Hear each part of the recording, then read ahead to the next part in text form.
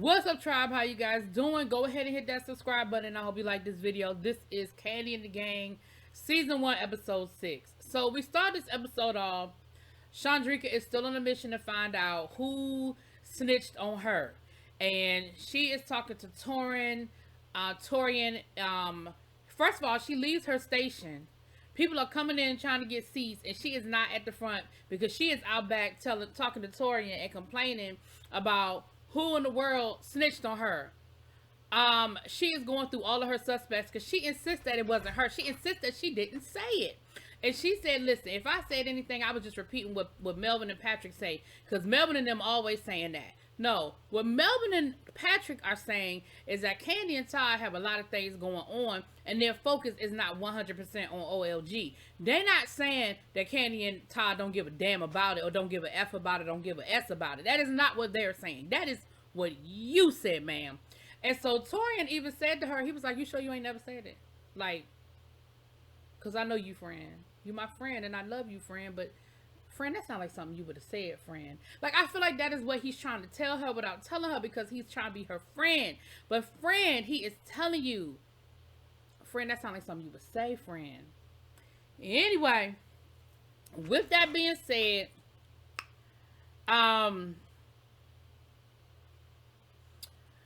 she has her suspects. So her first suspect, of course, is Melvin and Patrick, who, you know, she already talked to them.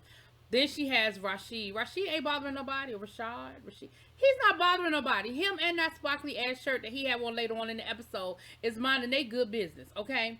Then you want to come for Marie. That's the server that you came after at the meeting. Now, I could see her snitching on you because you came for her crazy sideways at that meeting. And if I had some information on you after the way you came for me at that meeting, I might snitch on you too, okay? So that's a good suspect. That is a good suspect.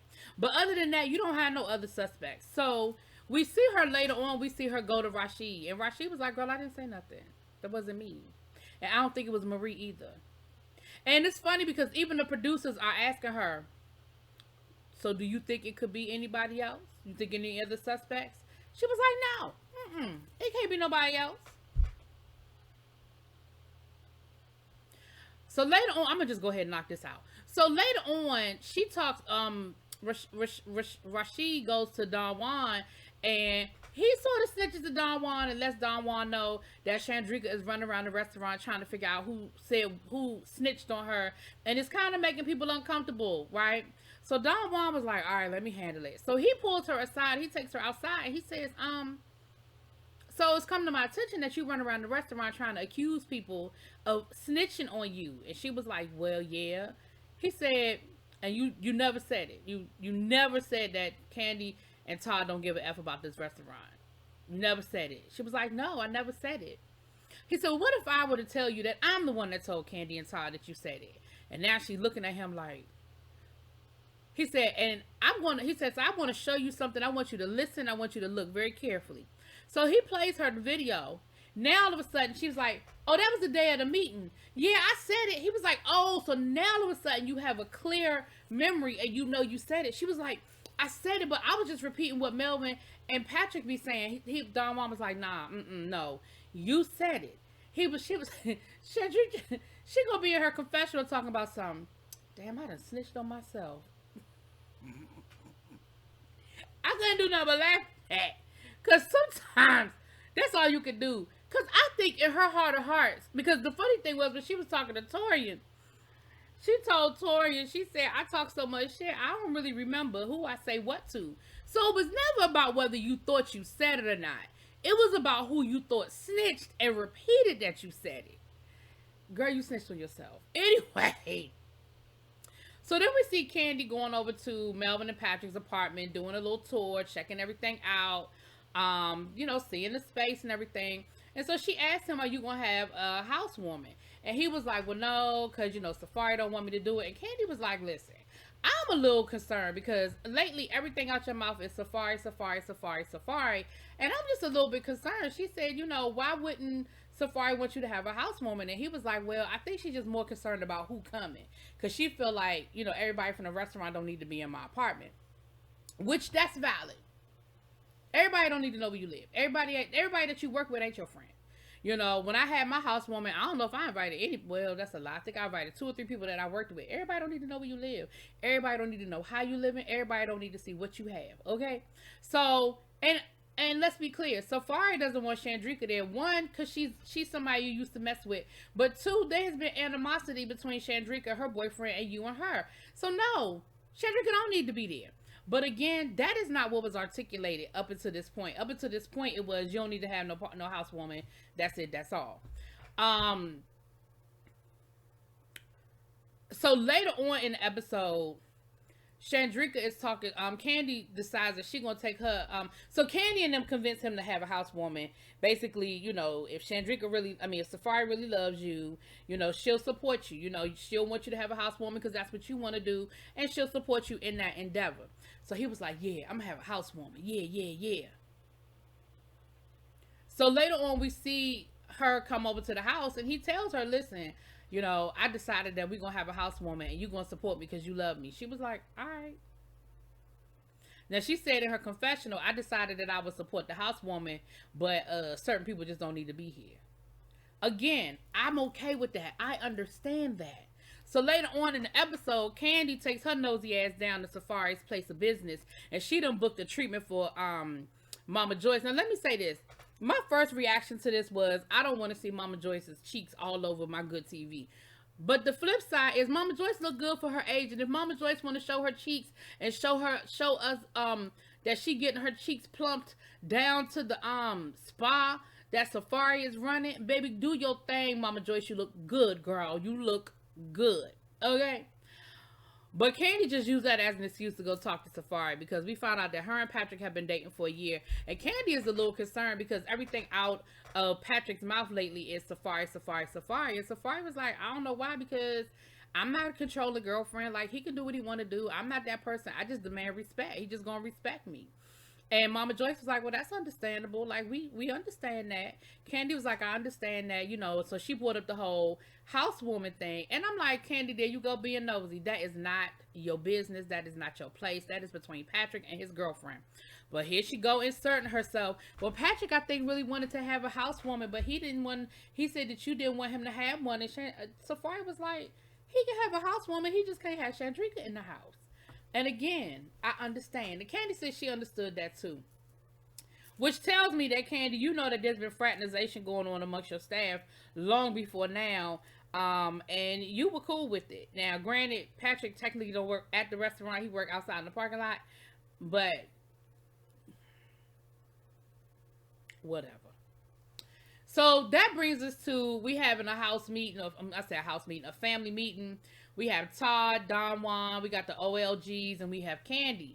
Now, the first order of business is Don Juan done pulled the ring camera footage, and he done caught Brandon and Dom in the closet, hugged up and being all, you know, like romantical and stuff. Now, they didn't do nothing X-rated, but it was inappropriate. And so they were like, you know, we need to handle that. We need to talk to Brandon. This is unacceptable. This is a potential problem. Now, Kandi, listen, Kandi, I don't know how much of this was for the purposes of just filming a show and how much of this you really feel. But she is defending it, acting like it's not a problem. I'm going to tell Todd, well, me and you were dating. Listen. And like Todd said, it was wrong when we did it. She said, but it worked out. Yeah, it worked out, but it was wrong when we did it. Remember, we had to sneak around. Remember, I had to find a new job. Like, it wasn't okay. And my problem is, Katie, you know better. Like, you run 5,000 businesses. You have to understand how HR works. And even if you don't, then that is why you employ people that do, which means that you need to defer to Don Juan and the other dude. The dude that don't nobody like. You need to refer to them in this situation because this is not acceptable. Now, the second order of business on the agenda is Brian. Seems like Brian has relapsed, right? A mutual friend, Penny, who works at the restaurant, who basically vouched for Brian, went to Don Juan and let Don Juan know that she's, you know, she has observed that Brian has been drinking wine. And the concern is, has he relapsed? Is he no longer sober? Because, of course, you know, we can't do that. So they call, so that's the second order of business.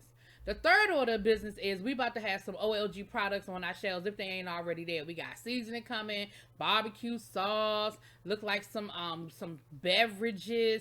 Man, I'm here for the seasoning and the barbecue sauce, but don't nobody need no OLG lemonade, OLG iced tea. Although, I mean, I guess we could. Why not? Child, why not? Do it all. Do it all, Kandi. Do it all. Okay? And of course, OLG was here for it. They are cool with it. They were here for it. The fourth item of business on this agenda is that Todd has decided that he is going to go into the kitchen because he does need to see how things work. But he taking everybody with him. He bringing the OLG in there with him. He bringing Kandi, Don Juan, everybody going into the kitchen. Now, I'm going to get to the kitchen when we get to the kitchen. Okay. So Don Juan decides that he needs to have a conversation with Brian. So he talks to Brian and he asks Brian, listen, are you know, Penny observed the fact that you were drinking wine. What's good? Brian was like, I was drinking wine. Now, Brian said, listen. He said, listen, I was drinking wine. He said, so Don Juan was like, well, I don't think that's really considered sober. Brian said, listen, AA didn't work for me. The rehab centers, the treatment centers didn't work for me. Ain't nothing work for me but God. Me and God are working this out. And he said, I'm not drinking hard liquor. He said, I drink wine occasionally. So when I'm out being social, that is what I do. I don't want to be sitting around drinking water all night. That is not what I want. And Don Juan is like, okay, but Brian, I'm really concerned about you. Brian said, listen, Don Juan, he said, how much have you had any hard liquor? He said, I might have had a tequila once or twice over the last couple of months, but no, he said, listen. And Don Juan was like, come on, Brian. Brian said, let me explain something to you. He said, I was drinking a gallon of vodka a day. I was going through an 8-ball of cocaine a day. Now, I don't know about that. How are you still alive, Brian? Real talk. Brian said, listen, 3 months ago, my sister, you know, she hurt herself. And he said, if I was going to relapse, that is when I would have relapsed. Because, baby, I was in the bed for 2 weeks. Couldn't get out the bed. And so, if I was going to relapse, that's when it would have happened. He said, well, Don Juan, I'm good. He said, I'm so good. And Don Juan was like, and you could see him getting emotional. Because he said he thinks of Brian like a little brother. But he said to him, he said, listen, the last thing I want is for something to happen to you. And I didn't call and I didn't check on it. The last thing I want is for somebody to express a concern to me and I don't bring it to you. He said, so I'd rather be safe than sorry. And I'm going to check on you. And I'm going to make sure that you're okay. You know, like that is what I am going to do. And, you know, Brian was like, I appreciate it. You know, like I do. I appreciate it. He was like, but seriously, I'm good. Now, I'm going to say this. I do know there's some people who had to get sober, but they were able to get back to a place of being a social drinker. And then there's some people that just have to go cold turkey. They can't walk the line. They can't play the game. Like that's it. They got to go cold turkey. And I don't know which one Brian is. I don't. But what I am going to say is I'm just going to pray for you, baby, because you have a sweet spirit. I don't know you personally. If you seeing this, I don't know you personally, but I am praying for you. I am rooting for you, and I'm cheering for you. And if you do feel like you sliding down that slippery slope, baby, call somebody. Okay. Next, we have everybody going into the kitchen. First of all, they done told Aunt Bertha that she could be the kitchen manager for the day. Aunt Bertha said, don't nobody want me being their manager. And they didn't. Because Kandi was late, and the first thing out of Aunt Bertha's mouth was, I'm writing you up because you late. Kandi said, well, I had a doctor's appointment. If I had known that I needed a doctor's note, I would have bought one. She said, well, that's, you know, that I could fire you for that. I said, damn, Aunt Bertha. So, baby, they was getting their hair nets on. Don Juan told them, I need you to put on some hair nets because I don't want none of your wig falling off in the food. So he gives hair nets to all of the OLG. And while Aunt Bertha is putting her hairnet on, she has her back to the camera. So the producer is trying to, like, you know, nudge her without it being obvious that he needs her to turn around, baby. Aunt Bertha started swatting at that hand. She turned around. She said, oh, because I was about to knock you out. And so Mama Joyce told my son, was he trying to touch your precious? She said, no, these are my precious. He was trying to touch my bottom. And all I'm saying is, if you young and you got a lot of money, you can touch all you want, but you gonna have to pay to play. Baby, when I tell you I fell out, that ain't Bertha. That ain't Bertha. Listen, I never did watch Kandi's ski trip, whatever the name of that show was, when the whole family went on that ski trip. Listen, I will go back and watch it. If y'all can put it in the comments and guarantee me that I'm gonna get a whole lot of Aunt Bertha, baby, I will go back and watch it. Because Aunt Bertha, listen, if I don't enjoy nothing else about this show, I enjoy that damn Aunt Bertha. Anyway, so they get in the kitchen and Todd, I mean, they give each one of them a station. Each one of them are responsible for something. So they get down there and they're prepping, because before the restaurant opens, they have to prep. And then once the restaurant opens, they run in the line. Here's the problem that I had. I feel like everybody walked away with an appreciation, because they all very quickly got tired. They very quickly got over, they were ready. Because after an hour, Kandi was like, is my shift over yet? Now imagine people who do 8 hours and then have to do 10 hours because somebody called out or because the kitchen is backed up. Imagine, y'all, put yourself in their shoes.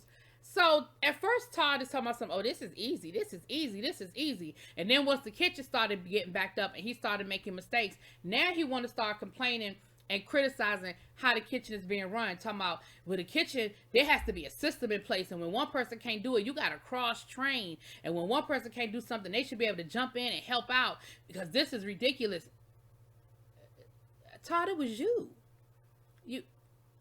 I'm pretty sure that Melvin has a system. He's the kitchen manager. I am sure there's a system. I'm sure that he knows how to train people, and he cross-trains them. I'm sure everybody in that kitchen can run any station in that kitchen. The problem is, all of y'all was in that kitchen and they taught y'all one damn job, because that's all y'all could handle for one day. Y'all didn't even do a whole shift.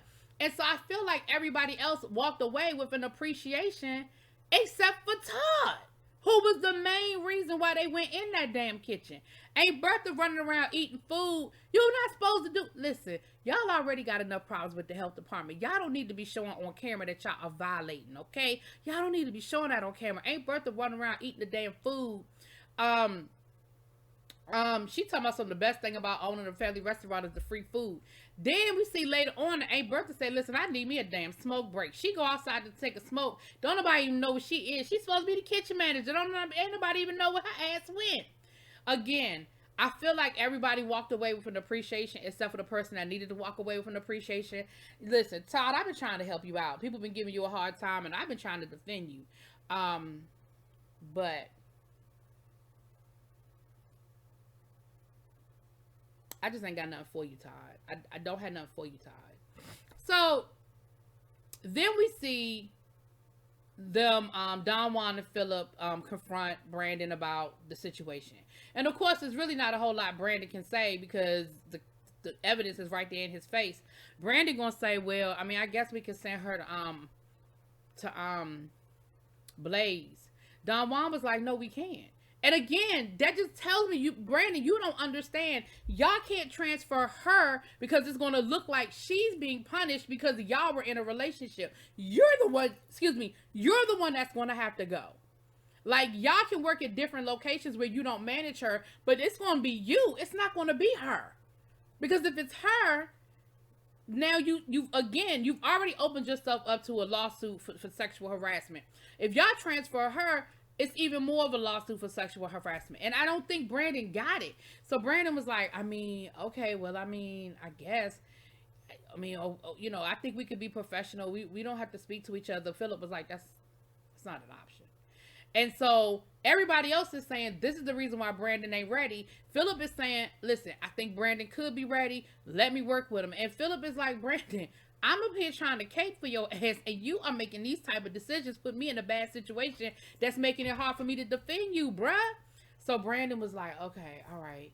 Well, they said, listen, at one point in time, you going to Blaze wasn't an option, but it is an option now. You need to go ahead and make up your mind. You need to make up your mind, like, today.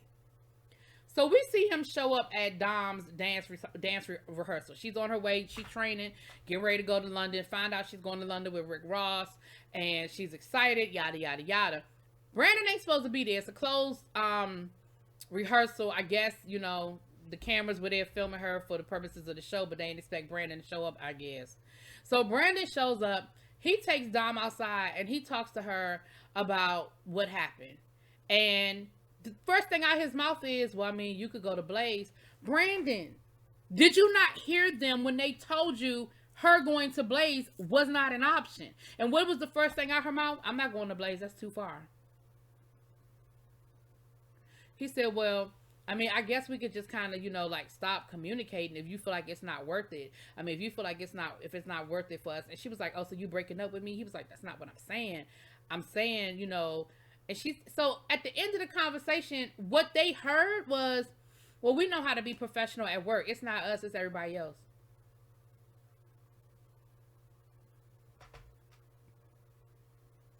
Brandon, were you even in the same meeting that I witnessed? What is it that you didn't hear, bruh?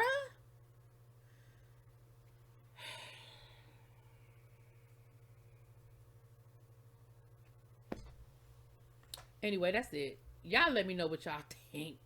Talk to y'all later. Peace.